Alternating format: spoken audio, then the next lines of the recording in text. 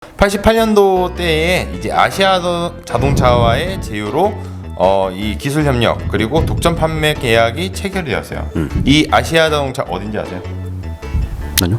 현재는 불리는 회사입니다. 저번에 아예 먹혔어요. 먹혔다는 표현. 네, 아니. 인수하게 된 거죠.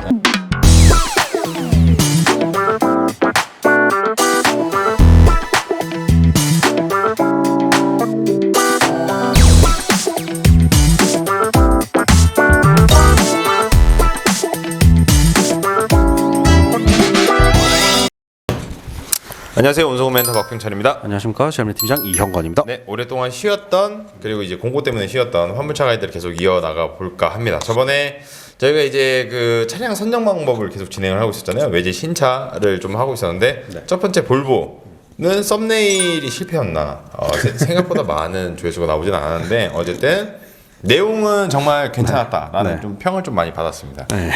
어땠나요? 네? 네. 차를 옆으로 누워놔서 그런 건 잘 안 보시더라고요. 그러니까. 그렇습니다. 그래서 이번에 이제 최저가 트럭 자체가 방금도 촬영을 했지만 벤츠를 했기 때문에 좀 벤츠랑은 좀 다른 브랜드로 가야 좀 이렇게 중복을 피할 수 있겠다 싶어서 오늘은 스카니아에 대해서 이야기를 해볼까 합니다. 사실상 모든 면에서 부동의 원탑이죠. 그럼요. 예, 판매량 빼고요. 가격도 원탑. 네, 사용자 만족도도 원탑.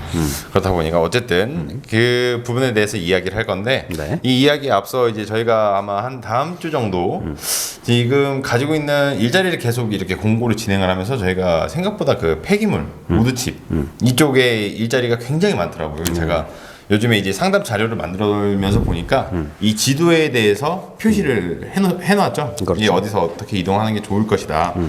이렇게 진행이 됩니다.라고 설명을 드리려고 제가 지도를 좀 작업을 했는데 폐기물 같은 경우에는 전국에 안 가는 데가 잘 없더라고요.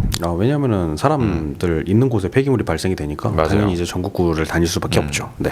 어쨌든 그래서 저희가 폐기물을 웬만한 곳들 그리고 웬만한 처리 그냥 어쨌든 그런 부분들을 더 다루기 전에 요즘에 관심도가 많이 증가했다라는 게 제가 체감상으로 좀 되더라고요. 그래서 저희가 전문 지식을 조금 더 쌓아서 다음 주 정도나 한 다다음 주 정도나 영상으로 폐기물이란 어떤 것인지 칩이란 어떤 것인지 이런 것들을 영상 촬영해서 올릴 예정이기 때문에 정말 궁금하시거나 아니면 준비하시는 분들은 좀 봐주셨으면 좋겠습니다. 그러니까 폐기물이라고 다 똑같은 폐기물이 아니거든요. 이게.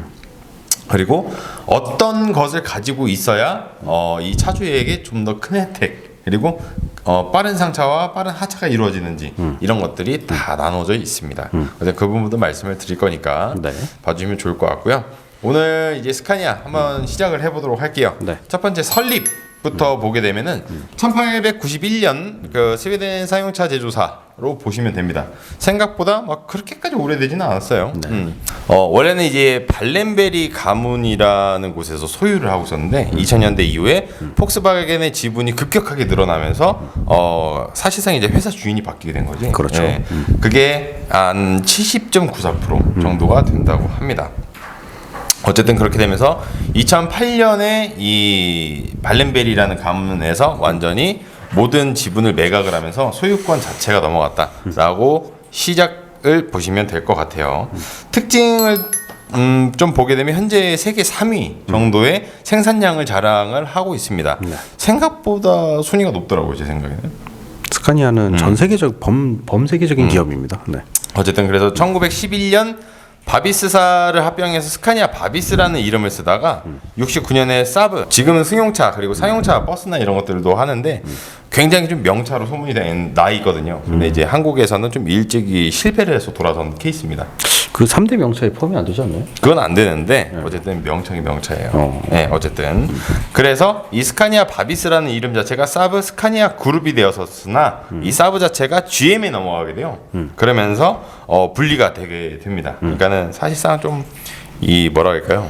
주인이 계속 바뀌었던 회사라고 보시면 돼요. 어쨌든 특징으로 계속 이어나가서 보면은 라인업 자체에는 P, G, R, S 시리즈가 있습니다. P는 중거리용으로 저마력 옵션이 주로 배치가 되어 있고요. 그리고 G 시리즈 같은 경우에는 중장거리용 저중마력 옵션이 마련되어 있지만 조금 특수한 차량에도 들어가게 되죠. 그리고 R과 S 같은 경우에 잘 아시다시피 중장거리 그리고 저중 고마력을 모두 소화하고 있는 케이스다라고 보시면 되고요. R과 S 시리즈 같은 경우에는 V8 엔진이 들어가 있다라고 보시면 될 것 같습니다. 세 번째로는 이제 북미 시장은 제가 조금 따로 빼놔봤어요. 왜냐면 이전 볼보 때 북미 시장에서 워낙에 성공했던 볼보이기 때문에 네. 이 과연 스카니아도 똑같이 성공을 했을까라는 부분에 궁금해서 좀 찾아봤는데 결과적으로 보면 망했습니다. 예, 1985년에 들어갔었는데 이 연비가 좀 훌륭하다라는 평가를 당시에 굉장히 많이 받았다고 해요. 근데 중요한 게 공차 중량 자체가 너무 무거운 거야. 그래서 볼보와는 다르게 92년도쯤에 빠르게 철수하게 됩니다. 그다음 한국 시장에는 어떻게 흘러 들어오게 되는지 한번 볼게요. 2020년 기준으로 볼보 트럭에 이어서 사실상 판매량 2위입니다. 그렇게 비싼데 판매량이 2위야. 예, 어쨌든 그만큼 좋은 평가를 받고 있다고 보시면 되겠죠. 네. 처음에 들어왔던 모델은 1967년에 덤프 트럭이 들어오게 돼요. 그래서 이후에는 버스 그리고 이제 북미 시장에 진출했을 때는 알파벳의 시리즈가 아니라 이 숫자의 시리즈였어요. 0 시리즈, 1 시리즈 이런 식으로 진행이 됐었거든요. 그때 차량이 먼저 들어왔으나 이제 그 아무래도 차량이 이제 배를 타고 건너오다 보면은 뭐가 문제가 되죠? 세금 그리고 중간에 이제 마진을 보게 되기 때문에 이런 부분들 때문에 가격이 너무 급격하게 올라간단 말이야. 그래서 그런 것들 때문에 판매량 자체가 거의 없었다라고 봐도 무방할 정도라고 합니다. 그래서 사실 관세만 줄여도 진짜 차량 가격은 많이 줄어들 텐데. 엄청나게 줄어들겠죠. 네, 그래서 88년도 때에 이제 아시아 자동차와의 제휴로 이 기술 협력 그리고 독점 판매 계약이 체결이 되었어요. 이 아시아 자동차 어딘지 아세요? 아니요. 현재는 기아라고 불리는 회사입니다. 저번에 기아에 네. 먹혔어요. 먹혔다는 표현이 네, 아니. 인수하게 된 거죠. 그래서 아시아 자동차가 이제 지난번에 저희가 볼보 했을 때 대우가 그랬던 것처럼 독점 판매를 하게 된 거예요. 그래서 그렇죠. 이게 이 한국 법인 자체가 이제 들어오게 돼요. 스카니아가. 근데 판매에 대한 계약이 아시아 자동차에 있으니까 서로 같은 차인데 따로 판매가 되는 거지. 그때 당시가 몇 년도쯤이었을까요? 한 95년도 정도. 95년도 정도에는 그 차가 생긴 건 똑같은데 마크가 달라. 하나는 아시아 자동차고 하나는 스카니아고 이런 부분들로 나눠져서 판매가 되다가 아시아 자동차 같은 경우 기아에다가 이 인수합병이 되고 그 이 나머지 판권들을 전량을 매도를 하게 되면서 스카니아가 자체적으로 판매를 하게 된 시즌이 되었습니다. 네. 현재 대한민국 법인을 설립한 이후로는 정비 공장과 특장 공장을 세워서 이 수입차의 가장 큰 문제점 그리고 가장 큰 망설임이라고 보여질 수 있는 게 어쨌든 부품 수급이잖아요. 그렇죠. 이런 부분들을 해결을 하고 정비 문제 자체를 해결하는데 굉장히 크게 노력을 하고 있습니다. 하고 대한민국에서는 주로 덤프카고 트레일러용 그러니까 다 전부 다 좀 많이 팔리는 모델이라고 보시면 될 것 같고요. 덤퍼와 트랙터 같은 경우에는 볼보와 함께 가장 잘 팔린다라고 하는데 사실상 그것도 2위입니다. 거의. 하고 현재는 7세대 모델이 판매 중에 있습니다. 네. 이 스카니아의 특징 그리고 한국 시장에서의 약간 좀 다른 점을 보게 되면은 가장 큰 장점으로는 세분화된 기어라고 볼 수가 있어요. 그러니까는 전 라인업에 똑같이 적용되어 있는 점인데 전진 14단, 후진 2단이 적용이 되어 있죠. 일반적으로 차량이 한 어느 정도의 단수로 보이나요? 보통 이제 5톤 차들 보게 되면은 그 이제 ZF 엔진 기준으로 6단짜리가 있고 그다음에 이제 수동 기준입니다. 수동 6단, 그다음에 이제 수동 9단짜리가 있고 최근에 나온 차들 같은 경우에는 이제 자동 8단 요것들을 기점으로 하고 이제 톤수를 좀 높여 갖고 그 단수를 보게 되면은 수동 16단. 그러니까 한마디로 얘기해 갖고 그 툭툭이 그 옛날 차주분들이 이렇게 툭툭 치는 게 있었어요. 네, 그거 하고 그다음에 이제 그 자동으로 넘어가게 되면 12단까지라고 보시면 될 것 같아요. 그런데 지금 그보다 단수가 한 4단계 더 높은 거죠. 그렇죠. 훨씬 많죠. 그러니까 기어 자체가 세분화가 되면 장점도 있고 분명한 건 단점이 또 단점도 있어요. 예, 단점이 저는 좀 개인적으로 단점이 더 크다고 생각을 해요. 단수가 너무 저는 개인적으로 단수가 많아도 안 되고 적어도 안 됩니다. 적절한 기어들이 적절한 있죠. 단수. 단수가 있는 거니까 어쨌든. 그 다음에 이제 가장 큰 특징으로 보게 되면은 스카니아라고 하면은 V8 엔진 자체에 조금 역사 그리고 역사라고 하긴 그렇고 아직도 고집을 하고 있는 유일한 브랜드라고 보시면 됩니다. 그러니까 일반적인 다른 트럭 브랜드 같은 경우에는 진작에 직렬 6기통이거나 어쨌든 직렬 쪽으로 오게 되는데 스카니아 같은 경우 계속 V8 엔진을 고집을 하고 있어요. 그 이유를 저는 아직은 모르겠는데 조사해도 안 나오더라고요. 근데 제가 알고 있는 부분들 그리고 제가 개인적으로 좀 V8 엔진 좀 좋아해요. 그래서 그런 것도 좀 조사를 해봤는데 일단 이 엔진의 구조 자체는 굉장히 여러 부류가 있습니다. 뭐 이제 I라고 하는 직렬 그리고 V 이 피스톤 자체가 V 형태를 띠고 있는 거 그리고 이게 약간 각도가 틀어져 있어요 V가 그래서 나온 W 엔진도 있고요. 그러니까 엔진의 종류가 굉장히 세분화되어 있는데 보통 트럭은 다들 직렬로 쓰게 됩니다. 여기에 따른 장단점이 분명히 있겠죠. 어쨌든 보게 되면은 직렬 같은 경우에는 이제 한 줄로 쭉 늘여놓게 돼요. 그래서 장점이라고 하면은 이제 구조 자체가 쉽습니다. 그래서 정비하기도 쉽고 그리고 금액 자체가 애초에 개발 비용 자체 그렇게 들어가지가 않아요. 그래서 어쨌든 금액 자체를 확 낮추기에는 제일 좋은 엔진이다라고 보여지는데 문제는 이게 이제 기통수가 늘어나고 이제 배기량이 늘어날수록 엔진 자체가 길어지면서 헤드에 차지하는 이 공간 비중이 굉장히 많이 늘어나게 됩니다. 그거 빼고는 V8이 다 단점이에요. 그러니까 이걸 그대로 바꾸면 돼요. 그러니까는 구조 자체는 V 형식으로 이제 피스톤이 양쪽에서 이제 박혀 있다 보니까 공간도 많이 차지 안 하는데 개발 비용 많이 들어가고 정비도 굉장히 힘들고 그런 부분들이 다 단점으로 작용을 하면 된다라고 볼 수가 있습니다. 다만 이 V 엔진 같은 경우에는 일반 승용차랑 똑같이 무게 중심이 굉장히 높게 이제 책정이 돼 있어요. 반대의 개념으로 봐야 되는 거니까. 어쨌든 거기에서 오는 잔진동이 좀 많이 줄어들게 되고 거기에 따라서 또 이제 승차감적인 부분들 그리고 이제 실내에서 느낄 수 있는 정숙성 이런 부분들이 월등히 좋아지는 특징이 있습니다.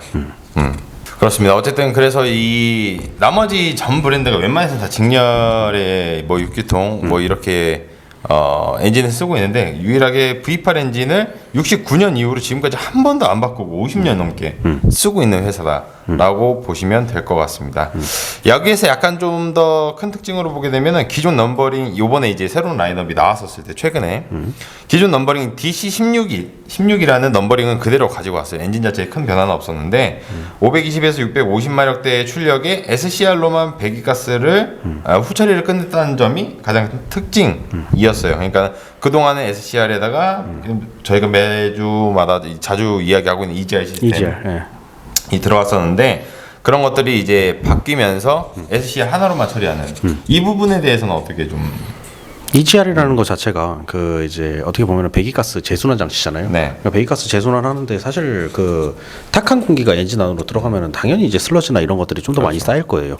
그러니까 배기가스라고 해도 뭐 요즘에는 이제 그 배기가스가 좀 많이 그 농도나 아니면 일산화탄소나 그다음에 이산화질소나 이런 것들이 많이 낮아졌다고는 하지만 그래도 배기가스거든요. 누가 그 배기통에 대고 숨쉬고 싶지는 않잖아요. 그렇죠. 네, 근데 이제 그 배기통에서 나온 가스 특히 이제 경유 엔진을 태우게 되면은 경유랑 휘발유랑 다른 점 중에 하나가 경유 같은 경우에는 탄소화나 산화물을 되게 굉장히 많이 가지고 있습니다. 네. 이 말인즉슨 탄소를 많이 태우기 때문에 그 힘은 좋아요. 하지만 이제 그만큼 이제 탄소 슬러지 이런 것들이 많이 쌓인다는 뜻이거든요. 그 슬러지들을 주기적으로 배출을 해주는 것이 이제 그 배기가스고, 근데 이제 이게 너무 많이 나오면은 그 우리 미세먼지나 이런 것들에도 안 좋게 생각을 하다 보니까 이 부분을 줄이기 위해서 유로 1, 2, 6, 4 뭐 이렇게 해갖고 이제 계속 강화를 시키고 있는 거죠. 유로 3부터 시작했어요. 그렇죠. 유로 3부터. 네. 그 뭐 숫자 얘기하다가 어쩐지 안 받더라고. 네 개 하면은 6까지 와야 되는데 1부터 시작하니까 4가 끝났어 벌써. 그러니까 이게 아닌데. 어쨌든 그렇게 해야 되는데 그것들이 이제 배출이 돼야 되는데 EGR 같은 경우에는 한 번 더 돌려서 이게 또 뭐 좋은 표현도 있어요. 왜냐면은 탄소 뭐 이제 타지 않은 탄소들도 다시 들어와서 한 번 더 활동을 해서 엔진의 힘이 더 좋아진다 이렇게 할 수도 있는데, 이거 반대로 얘기하면 슬러지가 더 많아진다는 뜻이거든요. 그렇죠. 이런 것들을 다 배출을 해줘야 그래야 이제 엔진의 효율이나 이런 것들이 더 좋아진다고 그걸 스카니아가 입증을 해냈습니다. 그러니까 이제 다른 차들 같은 경우에는 EGR이나 이런 것들을 통해 갖고 그러니까 뭐 우리가 더 힘이 좋아요 이렇게 광고를 할 수도 있겠지만 결론적으로 봤을 때는 연비에는 조금 더 안 좋다 이렇게 정리를 할 수 있게끔 스카니아가 그 SCR을 선택함으로 인해서 지금까지 모든 그 자료들이나 그 지표들이나 이런 것들이 연비가 훨씬 더 우수한 모델이 되었다라고 이야기를 할 수가 있을 것 같아요. 좋습니다. 그래서 어쨌든 이 17년 정도까지가 이제 전 라인이 다 그렇게 SCR만을 사용을 했었는데 730마력짜리 하나만 이제 EGR이 남아 있었거든요. 근데 그게 이후에는 퇴출이 되면서 모든 트림에서 이제 EGR은 찾아볼 수가 없는 브랜드가 되었습니다. 여섯 번째는 이제 약간 좀 볼보 때는 제가 그렇게 찾을 수가 없었지만 스카니아에서 좀 찾아볼 수 있었던 논란거리를 두 가지를 좀 들고 와봤어요. 예, 논란거리입니다. 다만 아쉬운 건 요즘 꽤 없어요. 다 옛날 이야기예요. 예. 구식 스카니아 차량 첫 번째 거는 방열 설계 결함으로 차량에 과열되는 현상이 있었던 적이 있어요. 이거는 이제 방송으로 보도가 되었던 건데 트랙터의 경우에는 이게 두 가지 사건이야. 하나가 방열 설계 결함이 문제가 있었던 거가 있고 하나는 이제 주차 브레이크가 작동을 안 해. 예, 그게 트랙터에서 나왔던 부분들이 있었는데 약간 좀 허위 보도가 되었던 부분들이 있습니다. 이게 허위 과장 보도인가요? 아니면 진짜 그 사실 자체가 허위인 허위 보도? 하나는 허위고 하나는 또 이상한 방식으로 처리가 됐어요. 그러니까는 뭐 1대1 뭐 정보 거래처럼 이렇게 느껴지는 건데 일단 첫 번째 방열설 이게 제가 이걸 굳이 이제 중복되지 않는 거 두 개를 같이 묶어서 한 이유가 방열 설계 결함 같은 경우에는 이제 막 방송에서 얘기를 한 거야. 이게 지금 잘못되어 있다. 이래서 열기를 워터펌프를 통해서 배출을 빨리 해내야 되는데 그것도 못하고 이렇게 해서 문제가 있다라고 했는데 이 카메라 상에는 이제 이 배출이나 이런 부분들을 보면은 가장 먼저 이 상태를 체크할 수 있는 거는 RPM 게이지 자체예요. 그러니까 그렇죠. 굉장히 좀 고RPM 자체로 올려야만이 이런 부분들이 원활하게 발동을 하고 하는데 그건 안 올리는 거야. 트립 컴퓨터만 이렇게 촬영이 되어 있던 거죠. 그래서 이 방송이 끝나고 나서 이 관계자가 이 담당자가 와서 그거를 다시 재촬영을 하려고 아니면은 이 수치가 잘못되었다. 우리는 그런 적이 없다라고 이제 방송을 다시 찍기 위해서 검증을 이제 그 기자분들이랑 이제 방송 관계자분들이랑 했는데 문제가 전혀 없는 거지. 근데 그 이후에 방송이 수정된 적은 없어요. 네. 근데 아까 두 번째로 말씀드렸던 트랙터의 경우 주차 브레이크가 적용되지 않았다라는 거는 스카니아에서 주차 브레이크가 있다는 거야. 되고 있다는 거지. 근데 없다는 거예요. 그래서 이런 부분들을 이제 좀 검증을 통해서 뭐 그때 당시에 이제 주차 브레이크가 작동 실작동 여부나 이런 것들을 아마 봤겠죠. 근데 그건 정말 아예 없었던 거예요. 그러니까는 약간 좀 양쪽의 정보가 1대1로 좀 교환이 된 게 아닌가. 왜냐면 둘 다 후속 보도가 없었거든. 정말 없었답니다. 그리고 방열 설계는 원래 잘 돼 있었군요. 이게 없었다라는 그 과거의 사건 하나가 있었습니다. 두 번째는 이제 덤프에 있어요. 덤프 같은 경우에는 이 스카니아 자체가 검사하기 굉장히 까다로운 메이커라고 선정이 되기도 한답니다. 저희가 덤프를 잘 하지 않다 보니까 잘 몰랐었는데 어쨌든 속도계 검사를 위해서 TCS를 해제를 해도 완전히 해제된 것이 아니라 다이노미터에서는 가속 시에 바퀴가 계속 헛돈다고 판단을 해가지고 ABS까지 개입해서 트랙션 제어가 끝까지 개입을 해서 검사하다가 중간에 튀어나간다거나 이런 부분들이 나온다라고 해요. 근데 어쨌든 이런 부분들을 굉장히 이제 뭐라고 할까요? 중간에 검사하거나 이런 부분들을 진행하기가 어렵게끔 이 구조적인 설계를 진행을 한 거죠. 예. 껄끄럽죠. 굉장히. 예. 그래서 이제 특정 연식 차량 같은 경우에는 배기가스 센서가 쉽게 고장이 나면서 배출가스 검사 시에 기준 초과가 나오기도 하고 보통 이 재검사행을 해야 되는데 이 에어필터 청소라던가 아니면 교체라던가 아니면 연료 분사량이라던가 이 인젝터 부분들을 조정만 해와가지고 또 단순히 합격을 할 수 있는 부분들이 아니에요. 그러니까 나와가지고 차주분들이 어떻게 또 손을 봐서 다시 재검사를 받으려고 해도 그게 쉽게 그렇게 적용이 되는 케이스의 차량이 아니다라고 해서 그런 부분들은 굉장히 좀 불편하다라고 이야기를 많이 한다 하더라고요. 그래서 검사 시에도 조금 더 긴 시간을 소요를 하고 주의를 굉장히 요하는 메이커인데 반대로 약간 좀 이 검사하기가 쉬운 케이스의 이 메이커가 국산에선 현대 그리고 외제에선 만트럭이 있어요. 예, 근데 이런 경우에는 너무 이제 그런 구조가 쉽게 돼 있다 보니까 임의 개조를 합니다. 그래서 덤프트를 저희 가끔 영상에 이제 뭐 특정 뭐 땡땡 드림이라던가 이런 데 보시게 되면은 네. 블랙박스로 본 세상에서도 많이 나오는데 덤퍼가 시속 100km로 넘어가는 현상들이 보이죠. 그게 대부분 이렇게 개조하기 쉬운 차량들이 그렇게 한다고 합니다. 그러니까 뭐 사실 논란거리라기보다는 꽁꽁 싸매놓은 거지. 어쨌든 검사나 이런 부분들을 쉽게 차량 자체의 재원이라던가 이런 것들을 손댈 수 없게끔. 그러니까 어쨌든 그런 부분들의 논란이 두 가지가 있었다고 합니다. 결론적으로 이제 그 스카니아 차량을 선택하려고 하시는 분들, 그러니까 화물차를 조금만 더 찾아보셨으면 스카니아가 차가 좋다는 거는 그 누구도 아실 겁니다. 그래서 정말 스카니아가 연비가 좋고 뭐 다 괜찮다라고 생각이 들 텐데 다만 가격이 제일 비싸다는 거. 예, 그래서 그 지금 이제 처음 시작하시는 분들한테는 사실 스카니아 차량 자체를 추천드리지는 않습니다. 왜냐하면은 그 스카니아 차가 아무리 좋다고 한들 일단 내가 운전을 처음 시작하거나 화물차를 처음 시작하시는 분들은 어쩔 수 없이 사고가 날 수밖에 없어요. 그러니까 뭐 우리 처음 운전 시작할 때 생각하면은 여기 긁고 저기 긁고 할 텐데 그 비싼 차를 사다가 긁으면은 참 마음이 아플 것 같죠. 어쨌든 이제 화물차 같은 경우에는 그 처음 시작하시는 분들한테 추천 안 드리지 않지만 그래도 이제 뭐 2년 3년 해보시고 뭐 길게 이제 10년 20년 보시는 분들은 스카니아 차량이 참 좋다라고 정리를 할 수가 있고, 그리고 스카니아 그 종류가 아까 좀 설명을 해주셨는데 스카니아 종류에는 이제 P캡, G캡, R캡, S캡 요 순서로 나열이 되어 있습니다. 그래서 P캡 같은 경우에는 총 두 가지 버전이 있는데 P캡은 280이랑 360이 있습니다. 280 같은 경우에는 우리가 흔히 부르는 5톤 축차에서 많이 운송을 하는 건데 보통 택배짐이나 아니면은 이제 그 근거리에 다니는 짐들. 그래서 지금 그 스카니아에서 10발이라고 하는 축이 3개짜리인 자동차는 전부 다 이제 P280이라 보시면 될 것 같고요.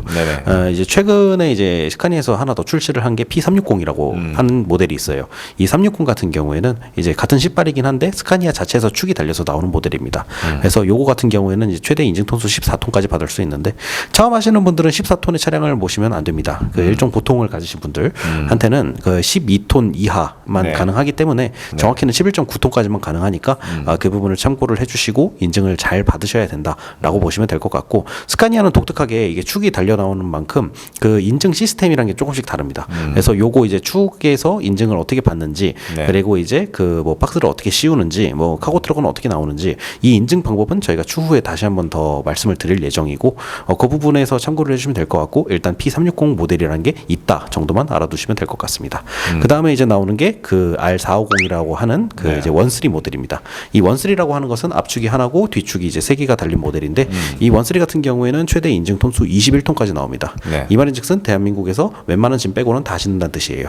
그래서 그 뒤축 가장 후축이 이제 위아래로 왔다 갔다가 할 수 있기 때문에 그 부분을 참고를 해주시면 될 것 같고, 마찬가지로 이제 R450 같은 경우에도 카고 적재함이 따로 달려서 나오지는 않습니다.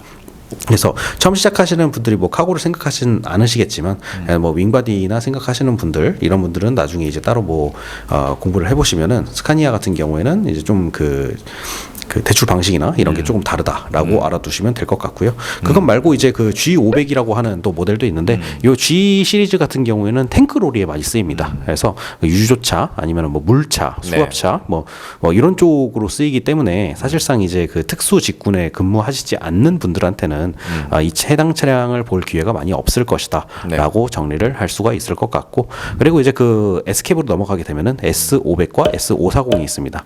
이 S500도 마찬가지로 이제 원쓰리가 할 수가 있고, 그다음에 이제 가장 큰 톤수인 고속도로나 이런 데 가보시면은 25톤 차량들 옆에 써져 있죠.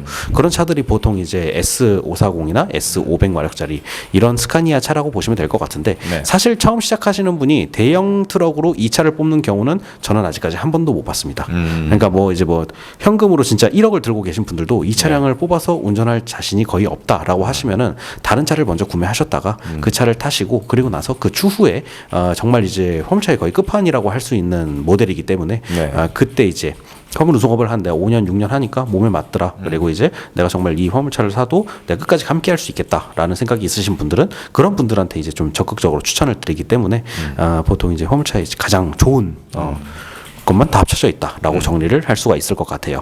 그리고 이제 그 전체적으로 정리를 했을 때 처음 시작할 때는 이제 뭐 P280 참 좋은 모델이긴 하지만 그래도 그 이제 AS 기간이나 이런 것들도 외제차들 같은 경우에 좀 짧기 때문에 처음 시작하시는 분들은 정말 좀 이렇게 많이 고려를 하시고 시작을 하는 그런 바람이 있습니다. 그래서 제가 하고 싶은 내용은 이제 화물차 가이드에서 그 차주분들이 이제 차를 어떻게 선택을 해야 될지, 스카니아 모델을 선택해야 될지 말아야 될지 개인적으로 얘기하면은 저는 처음 시작하시는 분들은 비추천이지만 근데 화물 운송업을 종사하시는 분들 같은 경우에는 이미 말을 안 해도 알고 있을 겁니다. 스카니아는 최고의 차량입니다.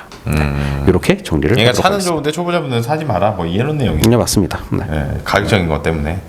가격도 그렇고. 근데 사람이라는 게 욕심이 어쩔 수가 없는 게 AS도 그렇고. 예, 저희 그 최저 카탈로그 여태까지 쭉 찍어온 것 중에 P280이 조회수가 제일 높아요. 아 그러니까요. 그러니까 눈에는 밟힐 수밖에 네, 없는 차량이다라고 맞아요. 보시면 될 네. 것 같습니다. 어쨌든 네.